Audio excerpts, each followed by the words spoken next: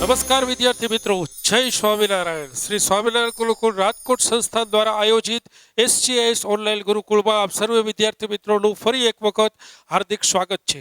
વિદ્યાર્થી મિત્રો, તમારા ધોરણ 12ના તમામ અભ્યાસક્રમના સૌથી રસપ્રદ ક્ષેત્ર જીનેટિક્સ વિશે આપણે અભ્યાસ કરી રહ્યા છીએ.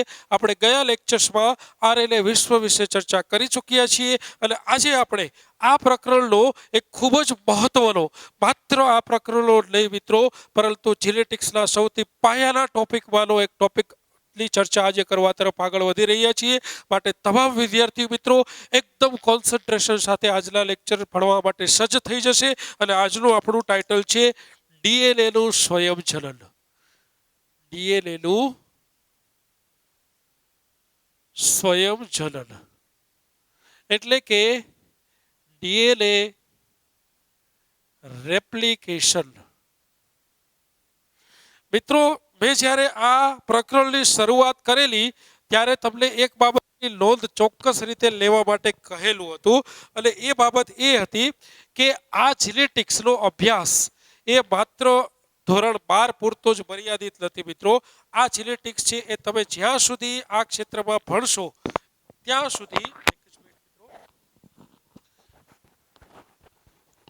સુધી આ જીનેટિક્સના કોન્સેપ્ટ છે એ તમને ભણવામાં વચ્ચે વચ્ચે આવશે જ. આ જીનેટિક્સ છે એ નો અભ્યાસ તમને ખૂબ જ પાયાના જ્ઞાન તરીકે ખૂબ જ ઉપયોગી નીવડશે જ. તો મિત્રો, આજે આપણે જે ભણવા તરફ આગળ વધી રહ્યા છીએ એ ટોપિક્સ પણ એટલો જ મહત્વનો છે.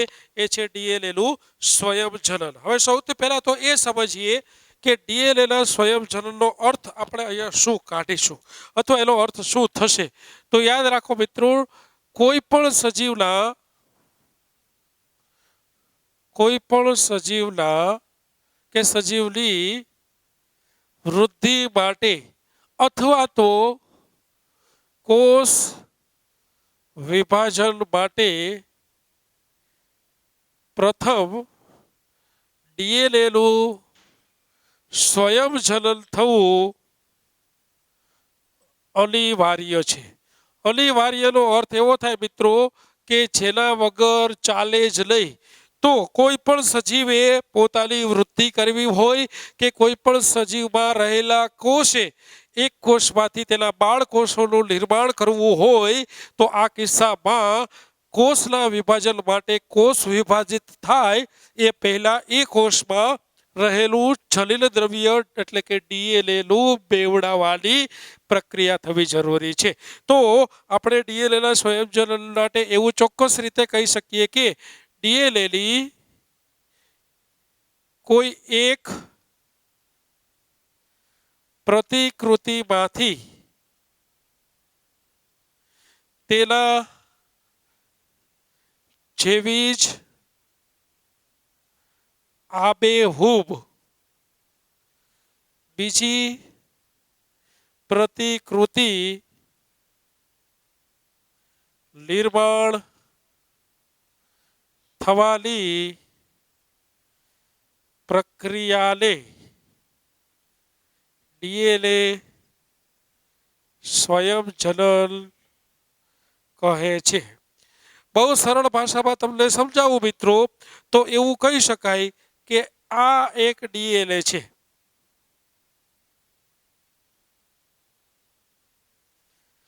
આ એક ડીએનએ છે. હવે આ ડીએનએની અત્યારે એક કોપી છે એવું તમે કહી શકો કોષમાં. આ ડીએનએની એક કોપીમાંથી આના જેવી જ ડીએનએની બીજી કોપીનું નિર્માણ થવું, આ પ્રક્રિયાને આપણે કહી શકાય ડીએનએનું સ્વયંજનન. તો એ જે પ્રક્રિયા થાય છે આને કહી શકાય સ્વયંજનન. હવે મિત્રો, અહીં સ્વયંજનન શબ્દનો અર્થ બરાબર સમજજો. સ્વયંજનન આ શબ્દ બે શબ્દનો બનેલો છે, સ્વયં વત્તા જનન. સ્વયંનો અર્થ થાય પોતે જ અથવા તો સ્વતંત્ર રીતે. જનનનો અર્થ થાય નું સંશ્લેષણ કરવું અથવા તો નું નિર્માણ કરવું. તો જ્યારે ડીએનએ માંથી એટલે કે એક ડીએનએ ની પ્રતિકૃતિમાંથી તેના જેવી જ આબેહૂબ બીજી પ્રતિકૃતિ સ્વતંત્ર રીતે પોતાની જાતે જ નિર્માણ પામતી હોય માટે આ પ્રક્રિયાને ડીએનએ સ્વયંજનન પ્રક્રિયા કહેવામાં આવે છે. હવે 1953માં બે વૈજ્ઞાનિક જેનું નામ છે વોટસન અને ક્રિક, આ બંને વૈજ્ઞાનિકનું નામ સાંભળતાની સાથે જ આ દરેક વિદ્યાર્થીઓના કાન એકદમ સક્રિય થઈ ગયા હશે, કારણ કે આ બંને વૈજ્ઞાનિકોએ શું કર્યું તો તમને ખબર છે, ડીએનએની બેવડી કુંતલમય રચનાનું મોડલ છે, જેને ડીએનએ ડબલ હેલિક્સ મોડલ એવું નામ પણ આપણે આપેલું છે. આ મોડલની શોધ કરી ડીએનએનું બંધારણ શું છે એ સમગ્ર વિશ્વને સમજાવ્યું અને આ મોડલ દ્વારા આપણે ડીએનએને બંધારણીય રીતે વધુ ઊંડાણપૂર્વક સમજી શક્યા.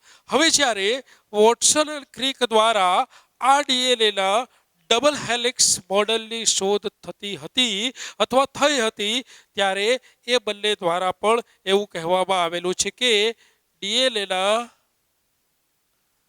બંધારણના અભ્યાસ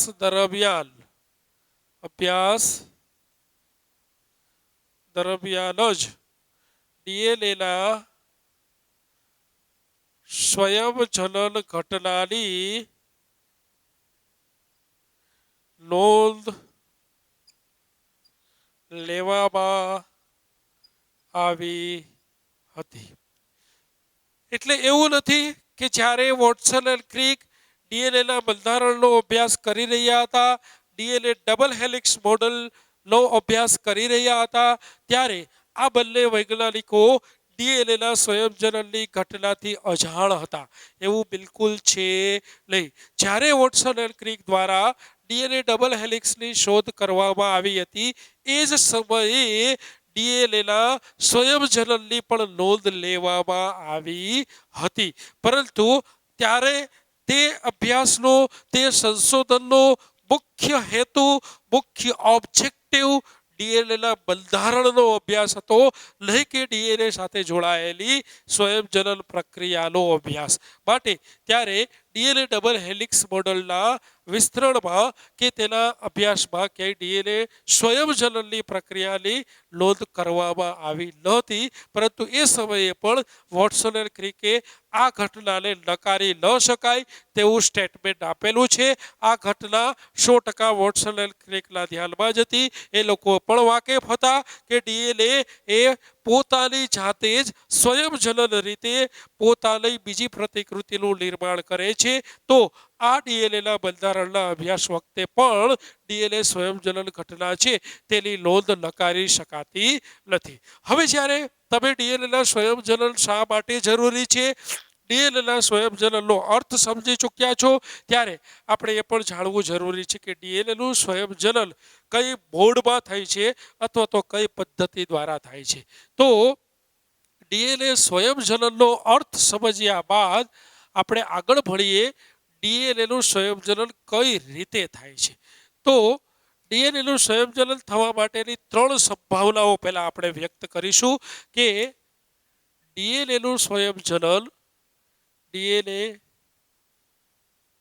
સ્વયંજનન ત્રણ મોડ દ્વારા થાય છે.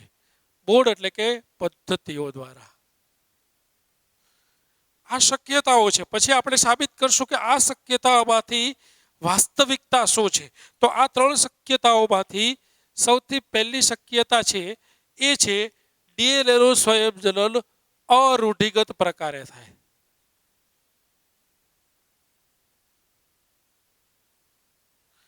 બીજી શક્યતા છે અર્ધ રૂઢિગત પ્રકારે, અને ત્રીજી શક્યતા છે રૂઢિગત પ્રકારે. તો આ 3 શક્યતાઓ છે કે ડીએનએનું સ્વયંજનન કાં તો રૂઢિગત પ્રકારે થાય અથવા તો અર્ધ રૂઢિગત પ્રકારે થાય અને ત્રીજી છે અરૂઢિગત પ્રકારે થાય. હવે સૌથી પહેલા તો આ ત્રણ શબ્દનો અર્થ શું છે? રૂઢિગત, અર્ધરૂઢિગત અને અરૂઢિગત. રૂઢિગત શબ્દથી આપ સર્વે વાકેફ હશો. આપણે ઘણી બધી વખતે આપણા ઘરડાઓ દ્વારા ઘણી બધી પ્રણાલીઓ જે ચાલી આવે છે, ઘણી બધી રીત રિવાજો જે ચાલી આવે છે, એ રીત રિવાજો વિશે એવું કહેતા સાંભળેલું જ છે કે આ રીત રિવાજો રૂઢિગત પ્રકારે વર્ષોથી ચાલી આવે છે. રૂઢિગતનો અર્થ થાય જે જૂનું છે તેને જાળવી રાખવું. એ જાળવી રાખવાની સાથે સાથે નવું છે તેનું નિર્માણ કરવું. તો આ પ્રકારના નવા નિર્માણ થવાની પ્રક્રિયાને રૂઢિગત કહેવાય. જેમ કે આપણા દેશી ઘરડાઓ દ્વારા આપેલા જ્ઞાનને પણ આપણે નામ આપેલું છે રૂઢિગત જ્ઞાન. વર્ષોથી આપણા પેઢી દર પેઢી ઉતરી આવતું જે ટ્રેડિશનલ નોલેજ છે તેને આપણે નામ આપીએ છીએ રૂઢિગત. તો રૂઢિગત શબ્દનો અર્થ એ થાય છે જૂનું છે તેને જાળવી રાખવું. હવે જો ડીએનએનું સ્વયં જનન રૂઢિગત પ્રકારે થતું હોય, ફોર એક્ઝામ્પલ આપણે ત્રણ શક્યતાઓ છે તેને અહીંયા આકૃતિથી નિર્દેશિત કરીએ તો તમને વધારે ખ્યાલ આવશે કે સૌથી પહેલા આપણે વિચારીએ કે રૂઢિગત પ્રકારે થાય તો કઈ રીતના થાય. તો યાદ રાખો મિત્રો, આ એક ડીએનએની શૃંખલા છે જે ઓલ્ડ સ્ટ્રેન્ડ કહી શકાય, જે માંથી નવું ડીએનએ નિર્માણ થવાનું છે એટલે આપણે એને ઓલ્ડ કીધું અથવા પિતૃ પણ કહી શકો. આ ડીએનએની શૃંખલાને તમે પિતૃ ડીએનએની શૃંખલા એવું નામ પણ આપી શકો. આપણે પ્રથમ એ વિચારીએ મિત્રો કે ડીએનએનું સ્વયંજનન રૂઢિગત પ્રકારે થતું હોય તો થાય છે એવું નથી કહેતો, એક શક્યતાને આપણે સમજવાનો પ્રયત્ન કરીએ છીએ. તો જે જૂનું છે એ પોતાનું 100% જાળવી રાખે છે. એટલે કે આ જે પિતૃ શૃંખલા હતી તેમાં કોઈ પણ પ્રકારનો ફેરફાર થતો નથી અને આ પિતૃ શૃંખલામાંથી સંપૂર્ણ નવી શૃંખલાનું નિર્માણ થાય છે. તો આ જે બ્લુ કલરથી હું બતાવું છું એ નવી શૃંખલા છે.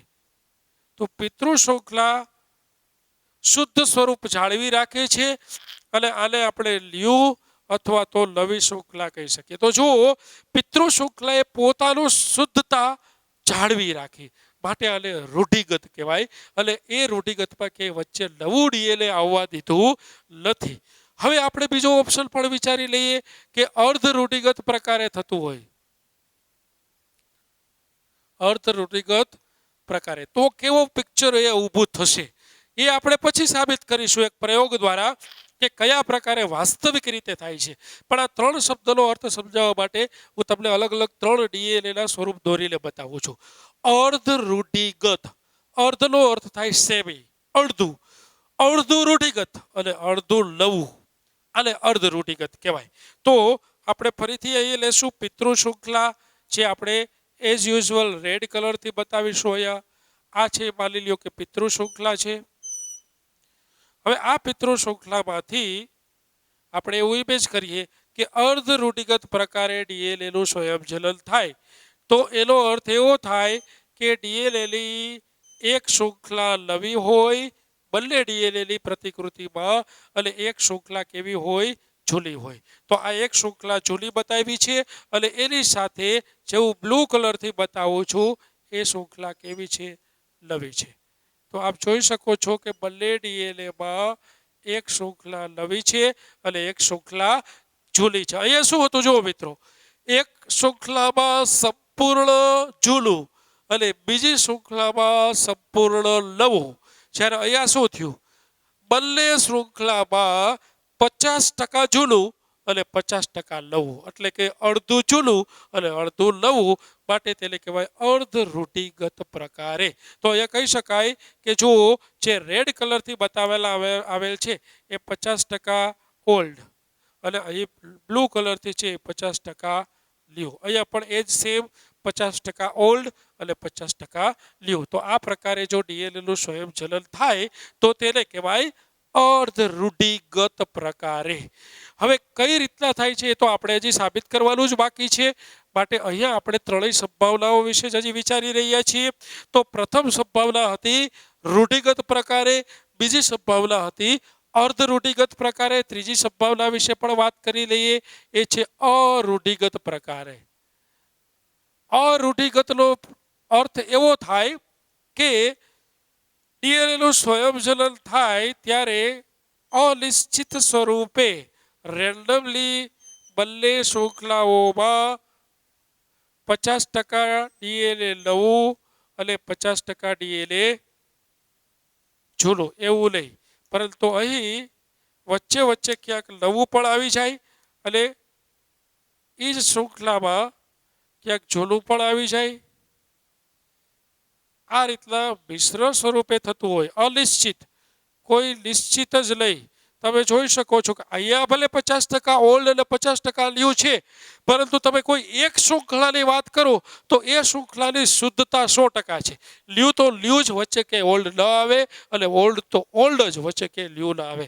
જ્યારે અહીં જેવું દોરી રહ્યો છું એમાં આપ જોઈ શકો છો કે એક જ શૃંખલાનો કેટલોક ભાગ છે, એ કેટલોક ભાગ છે એ નવો છે, વળી એ જ શૃંખલાનો કેટલોક ભાગ છે એ પાછો જૂનો આવે છે. તો અડધું નવું અડધું જૂનું બધું મિશ્ર સ્વરૂપે રેન્ડમલી જો જોડાયેલું હોય આ રીતના, તો આ પ્રકારને આપણે કહીશું અર્ધ રૂઢિગત પ્રકાર.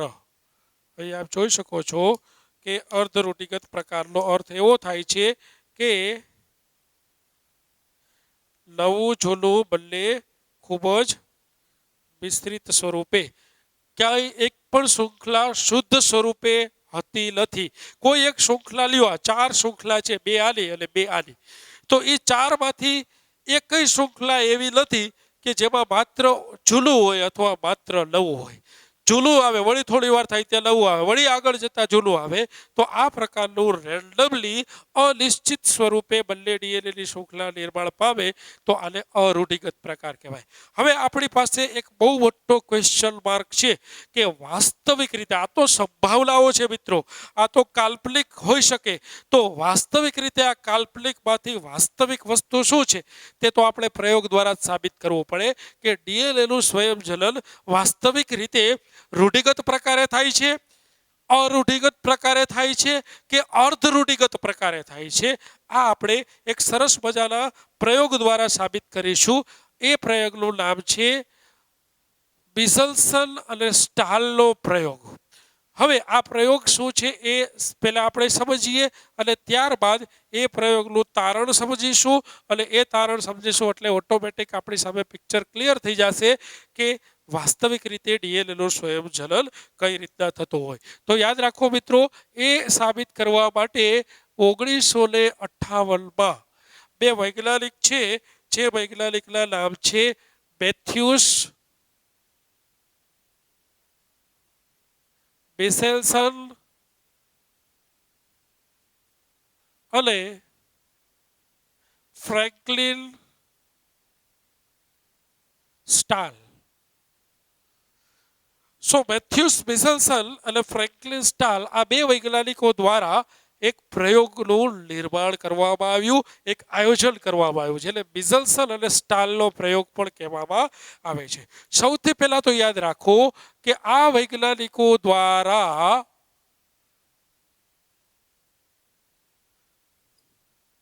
નાઇટ્રોજનના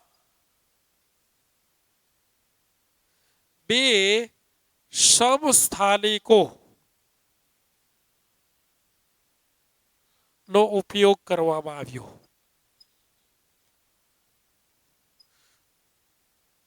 સૌથી પહેલા દરેક વિદ્યાર્થી મિત્રો એક પોતાના મગજમાં એ સ્થાપિત કરી દઈએ કે અહીં નાઇટ્રોજનના રેડિયો એક્ટિવ સમસ્થાનિકોનો શબ્દ પ્રયોગ નથી કરેલો, એટલે અહીંયા નાઇટ્રોજનના રેડિયો એક્ટિવ સમઘટકોનો ઉપયોગ નથી થયો, અહીં સમસ્થાનિકોનો ઉપયોગ થયો છે.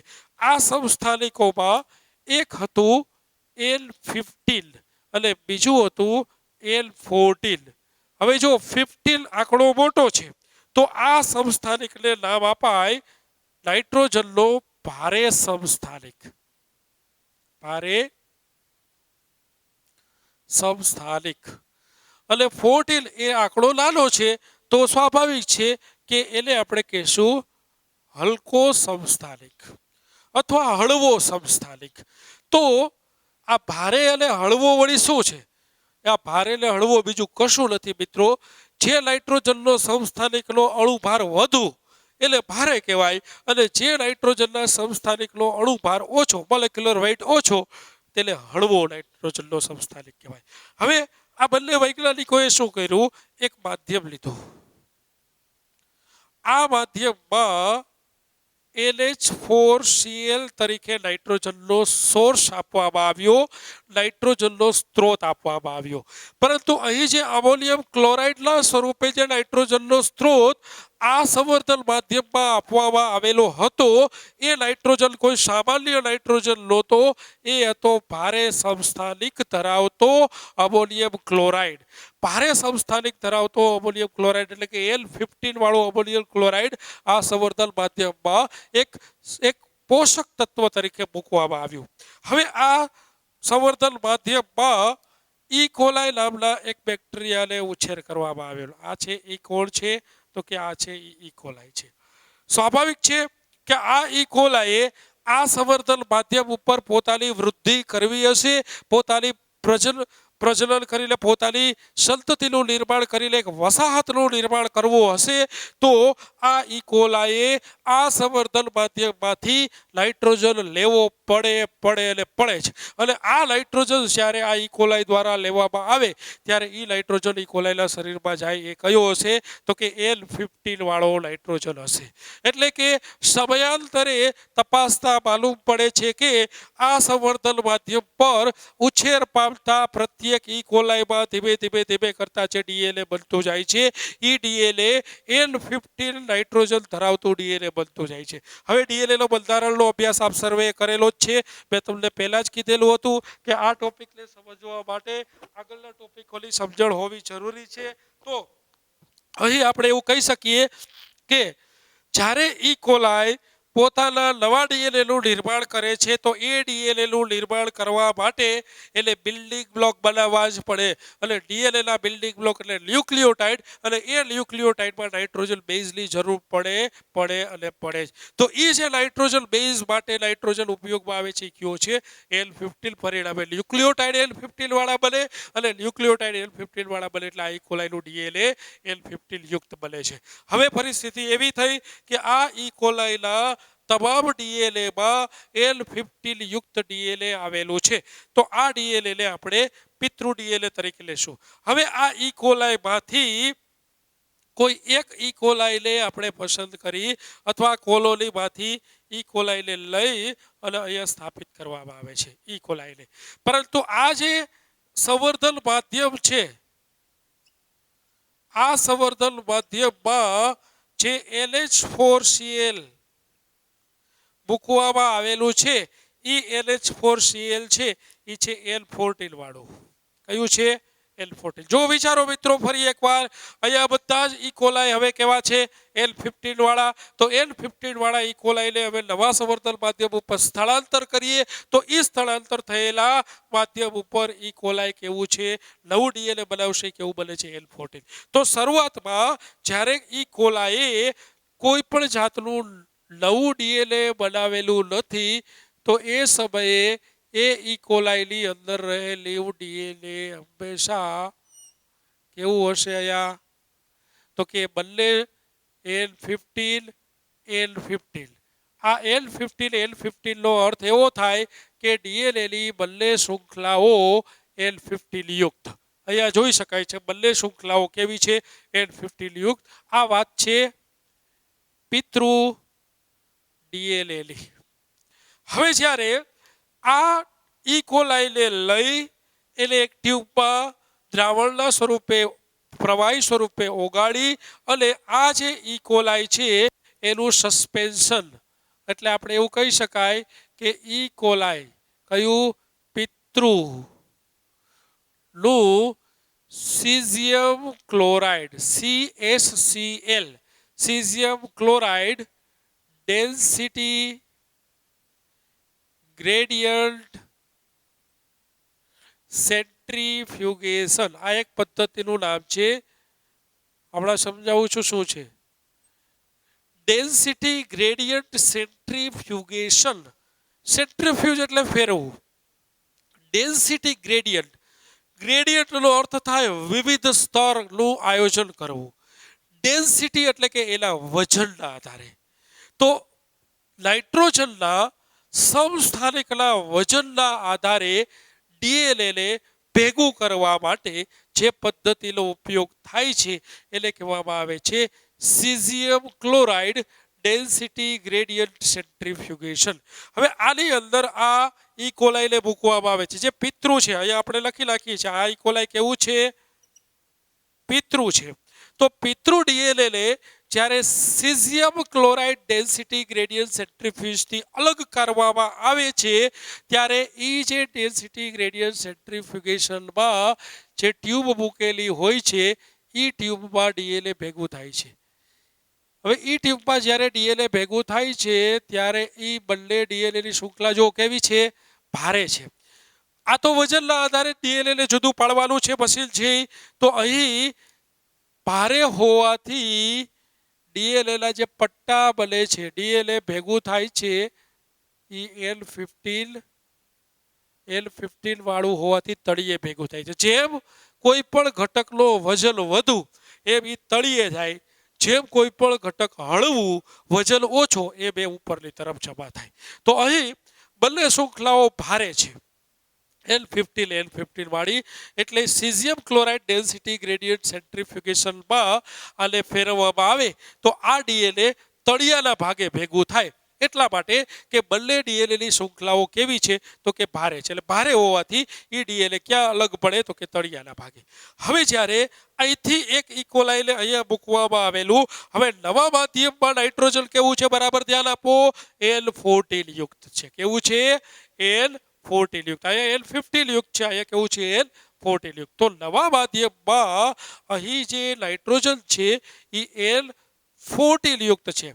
હવે 20 મિનિટ પછી ડીએનએનો કોષ ચક્રનો સમયગાળો 20 મિનિટ છે. આ 20 મિનિટ પછી જ્યારે આ ડીએનએનું સ્વયં જનન થાય ત્યારે આ ડીએનએની બંને શૃંખલાઓ એકબીજાથી છૂટી પડે છે. આ બંને શૃંખલાઓ એકબીજાથી છૂટી પડે છે. આપ જોઈ શકો છો એ બંને શૃંખલાઓ એકબીજાથી છૂટી પડી છે. હવે જ્યારે આ બંને શૃંખલાઓ એકબીજાથી છૂટી પડે છે ત્યારે નવું નિર્માણ પામતી ડીએનએની શૃંખલાઓ છે અહીંયા પડશે. આ બ્લુ કલરથી બતાવું છું એ નવું નિર્માણ થતું ડીએનએ છે. અહીંયા પણ નવું નિર્માણ થતી આપણે બ્લુ કલરથી બતાવીએ છીએ. તો સ્વાભાવિક છે કે જે ડીએનએ નવું નિર્માણ પામશે એટલે કે બ્લુ કલરનું છે એ L14 યુક્ત હશે અને જે ડીએનએ જૂનું હતું એ ડીએનએ રેડ કલરથી બતાવેલું છે એ L15 યુક્ત હશે. તો આપ જોઈ શકો છો કે 20 મિનિટના અંતે આ નવા સંવર્ધન માધ્યમ પર અહીં મૂકેલું ઇકોલાઈ જે પોતાની પ્રોજની પોતાની સંતતિનું જે નિર્માણ કરે છે એ સંતતિમાં એક ડીએનએ અડધું ડીએનએ નવું છે, અડધું ડીએનએ જૂનું છે. હવે આવા ઇકોલાઈમાંથી ડીએનએ કાઢી અને આ જ સીઝિયમ ક્લોરાઇડ ડેન્સિટી ગ્રેડિયન્ટ સેન્ટ્રીફ્યુગેશનથી એને અલગ કરવામાં આવે તો એ અલગ પડતું ડીએનએ નો પટ્ટો ક્યાં આવશે? બરાબર વિચારો. જો બંને ભારે હતું તો આમાં તળિયાના ભાગે હતું. હવે અહીંયા અડધું ભારે છે અને અડધું કેવું છે? હળવું છે. માટે લઈ ઉપર લઈ નીચે એટલે કે મધ્ય ભાગની અંદર હળવો અને ભારે આ બે પટ્ટાઓ અહીં જોવા મળશે આ રીતના. તો અહીંયા L14 અને L15 અડધું L14 અને અડધું L15. જો બંને ભારે હતું તો સાવ તળિયે આવે પણ અડધું ભારે ને અડધું હળવું એટલે કે અહીંયા મધ્યમાં આવે છે. બરાબર છે. આ પરિસ્થિતિ છે 20 મિનિટ પછીની. જો આ ટ્યુબ્સની અંદર પરિસ્થિતિ પણ આને બેઝ થતી આવે છે માટે સાબિત થતું આવે છે કે ડીએનએ કયા પ્રકારે સ્વયં જનન પામતું હોય. તો 20 મિનિટ પછી આ પરિસ્થિતિ છે મિત્રો કે આ પ્રકારની ટ્યુબ બને છે. એનો અર્થ એવો થયો કે સીઝિયમ ક્લોરાઇડ ડેન્સિટી ગ્રેડિયન્ટમાં મધ્ય ભાગમાં ટ્યુબ બને છે, પટ્ટો બને છે ડીએનએનો. તો એ ટ્યુબ્સમાં જે ડીએનએનો પટ્ટો એવું નિર્દેશન કરે છે કે અહીં સમાવિષ્ટ ડીએનએમાં અડધું ડીએનએ ભારે છે અને અડધું હળવું છે. જો સંપૂર્ણ ડીએનએ ભારે હોત તો અહીંયા પટ્ટો બને તળિયે. જો સંપૂર્ણ ડીએનએ હળવું હોત તો સૌથી સાવ ઉપર પટ્ટો મળે, પણ એ મધ્ય ભાગમાં મળ્યો એટલે અડધું ડીએનએ ભારે ને અડધું હળવું. હવે જ્યારે ફરીથી 20 મિનિટ રાહ જોવામાં આવે એટલે કે કુલ 40 મિનિટ, ત્યારે પિક્ચર કેવું હોય જરાક આપણે લખીએ. અહીંથી લઈએ તો 40 મિનિટ, અહીંથી લઈએ તો પાછી 20 મિનિટ જ થાય, એટલે અહીંથી પિતૃ ડીએનએની 40 મિનિટ બાદ પિક્ચર્સ કેવું થશે એટલે આપણે જરાક નિરૂપણ કરીએ. સૌથી પહેલા આ બે ડીએનએની શૃંખલાઓ છે એને આપણે ખોલીશું. ડીએનએનું સ્વયંજનન થવા માટે ડીએનએની શૃંખલાઓ ખોલવી જરૂરી છે. એક આ રેડ કલરની શૃંખલા ખોલી, હવે બીજી ખોલી છે અહીંયા જે હતી બ્લુ કલરની શૃંખલા. આ રીતે હવે અહીં જે નવી ડીએનએની શૃંખલા નિર્માણ થશે આ માધ્યમમાંથી જ થાય છે. યાદ રાખજો, નવું ડીએનએનું નિર્માણ હવે આ માધ્યમમાંથી જ થાય છે. અને આ માધ્યમમાં નાઇટ્રોજનનો સમસ્થાનિકનો સ્ત્રોત કેવો છે તો કે હળવો. તો નવું ડીએનએ હંમેશા બ્લુ કલરનું જ બને, જે જૂનું હતું એ રેડ કલરનું એમ રહીએ. તો અહીંયા પણ જે નવું નિર્માણ પામે છે એ બ્લુ કલરનું, અહીંયા પણ જે નવું નિર્માણ પામે છે બ્લુ કલરનું. આ વાત થઈ આ ડીએનએની શૃંખલાની. હજી આ ડીએનએની શૃંખલામાંથી પણ થવું બાકી છે. તો ફરીથી આ બે ડીએનએની શૃંખલા છે એ પણ એકબીજાથી છૂટી પડે. આ રેડ કલરની છે એ છૂટી પડી, ચાલો. બીજી તો કે બ્લુ કલરની હતી એ છૂટી પડી. જો આ પિતૃ ડીએનએ છૂટું પડેલું હું બતાવું છું મિત્રો. આ પિતૃ ડીએનએ બંને છૂટું પડ્યું, એક રેડ કલર અને એક બ્લુ કલર. હવે આ બંનેની પ્રતિવર્તી શૃંખલાનું નિર્માણ થાય. ક્યાંથી તો કે આ માધ્યમમાંથી. આ માધ્યમમાં નાઇટ્રોજન કેવો તો કે હળવો, હળવો એટલે બ્લુ કલર. તો અહીંયા પણ એક નવી શૃંખલાનું નિર્માણ થાય, અહીંયા પણ એક નવી શૃંખલાનું નિર્માણ થાય. તો જુઓ મિત્રો, બે પેઢી પૂર્ણ થતા 40 મિનિટના અંતે બેમાંથી 4 ડીએનએની શૃંખલાનું નિર્માણ થાય છે. તો આ 4 ડીએનએની શૃંખલાને તમે સ્પષ્ટ રીતે બોર્ડ ઉપર જોઈ શકો છો કે 50% ડીએનએની શૃંખલાઓ કેવી છે. 50% એટલે કે આ બે, 4માંથી 2. તો એ બે શૃંખલાઓ કેવી છે તો કે મિશ્ર સ્વરૂપે. મિશ્ર સ્વરૂપ કેવું તો કે અડધું ભારે, જો દેખાય છે રેડ કલર, તો L15 અને અડધું હળવું ભેગું બ્લુ છે એટલે L14. જ્યારે બાકીની બે વધેલી શૃંખલાઓ છે એટલે કે આ અને આ. હવે આ શૃંખલાને તમને સરળતા પડે એટલે હું નામ આપું તો આને એ નામ આપું, આને બી નામ આપું, આને સી અને આને ડી નામ આપું. મિત્રો આપ જોઈ શકો છો કે એ અને સી શૃંખલા છે એ શૃંખલામાં 50% ડીએનએ ભારે છે અને 50% ડીએનએ હળવું છે, જે આ પ્રકારે છે. દેખાય છે બે શૃંખલાઓ આવી છે. હવે બાકી વધેલી બે શૃંખલાઓ છે બી અને ડી, તો એના માટે તમે શું કહેશો? બાકીની 50% ડીએનએની શૃંખલાઓ છે તો એના માટે તમારે કેવું પડશે મિત્રો કે એ બે ડીએનએની શૃંખલામાં બંને શૃંખલાઓ હળવી જ છે. L14 બંને શૃંખલાઓ આવી જ છે. આ પ્રકારે ડીએનએની શૃંખલાનું શું થયું છે અહીં નિર્માણ થયું છે. આ પ્રકારની ડીએનએની શૃંખલા બે પેઢીના અંતે એટલે કે 40 મિનિટના અંતે નિર્માણ પામી છે. હવે મિત્રો આ થઈ ડીએનએની શૃંખલાની વાત. પરંતુ આ જ ડીએનએની શૃંખલા છે તેને આ સીઝિયમ ક્લોરાઇડ ડેન્સિટી ગ્રેડિયન્ટ સેન્ટ્રીફ્યુગેશનમાં ફેરવવામાં આવે અને જો ડીએનએને અલગ કાઢવામાં આવે, તારવવામાં આવે, તો એ જે ટ્યુબ અલગ તરવાય છે એની અંદર પિક્ચર્સ કેવું હશે એ પણ આપણે મેચ થવું જરૂરી છે. તો એ ટ્યુબ્સની અંદર પિક્ચર જોવામાં આવ્યું તો ખ્યાલ આવ્યો કે આ બે ડીએનએની જે હળવી શૃંખલાઓ હતી એ શૃંખલાઓ દ્વારા ડીએનએનો પટ્ટો સૌથી ઉપરના ભાગે, એટલા માટે કે જેટલું હળવું એટલું ઉપર, જેટલું ભારે એટલું નીચે. જેમ આ ભારે હતું તો સાવ તળિયે આવ્યું, આ મિશ્ર હતું તો મધ્ય ભાગમાં આવ્યું, આ હળવું છે તો સાવ ઉપર. તો આ જે પટ્ટો વળ્યો એ પટ્ટો તો L14 વાળો આ બે શૃંખલાઓ દ્વારા. પણ સામે બે શૃંખલાઓ મિશ્ર પણ છે એટલે કે આ જ્યાં પટ્ટો વળ્યો તો યા તો મળશે જ, મધ્ય ભાગમાં પણ પટ્ટો મળશે. એટલા માટે કે મધ્ય ભાગમાં મળતો પટ્ટો કેના દ્વારા છે તો કે એ અને સી શૃંખલા દ્વારા મધ્ય ભાગમાં પટ્ટો મળે છે ડીએનએનો. તો અહીં જે ડીએનએનો પટ્ટો મળે છે એ પટ્ટાને આપણે કહીશું L14 દ્વારા મળતો પટ્ટો. L14 બરાબર છે મિત્રો. તો બે પ્રકારના પટ્ટાઓ છે એ સીઝિયમ ક્લોરાઇડ ડેન્સિટી ગ્રેડિયન્ટ સેન્ટ્રીફ્યુગેશનથી અહીં જોવા મળ્યા, જેમાં એક પટ્ટો સૌથી ઉપરના સ્તરમાં હતો, જે સાબિત કરે છે કે આ ચારમાંથી બે ડીએનએની શૃંખલા કેવી છે, હળવું નાઇટ્રોજન ધરાવતા ડીએનએની શૃંખલા છે આ.